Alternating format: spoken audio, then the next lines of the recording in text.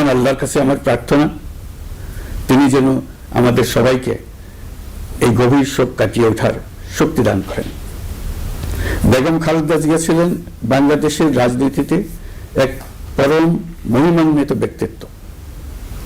গণতন্ত্র, বহুদলীয় রাজনৈতিক সংস্কৃতি এবং জনগণের অধিকার প্রতিষ্ঠার সংগ্রামে তার অসামান্য ভূমিকা ইতিহাসে অম্লান হয়ে থাকবে। স্বৈরাচার ও ফ্যাসিবাদের বিরুদ্ধে তার আপসহীন নেতৃত্ব বারবার জাতিকে গণতন্ত্রহীন পরিস্থিতি থেকে উত্তরণের পথ দেখিয়েছে এবং মুক্তির প্রেরণা জুগিয়েছে।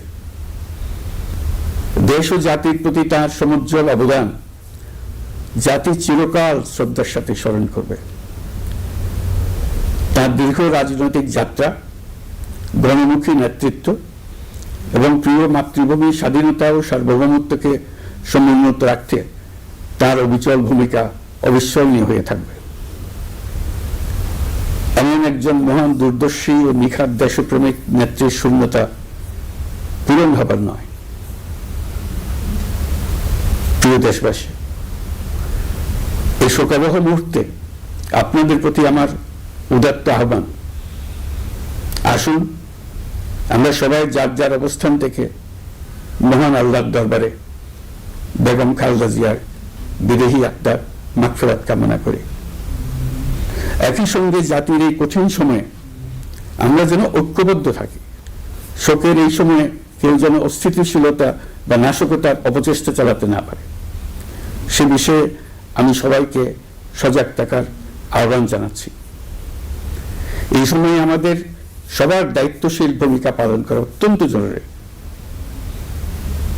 প্রিয় দেশবাসী, সাবেক প্রধানমন্ত্রী বেগম খালেদা জিয়ার মৃত্যুতে আমি 3 দিনের রাষ্ট্রীয় শোক এবং আগামীকাল তার নামাজে জানাজার দিনে একদিনের সাধারণ ছুটি ঘোষণা করছি।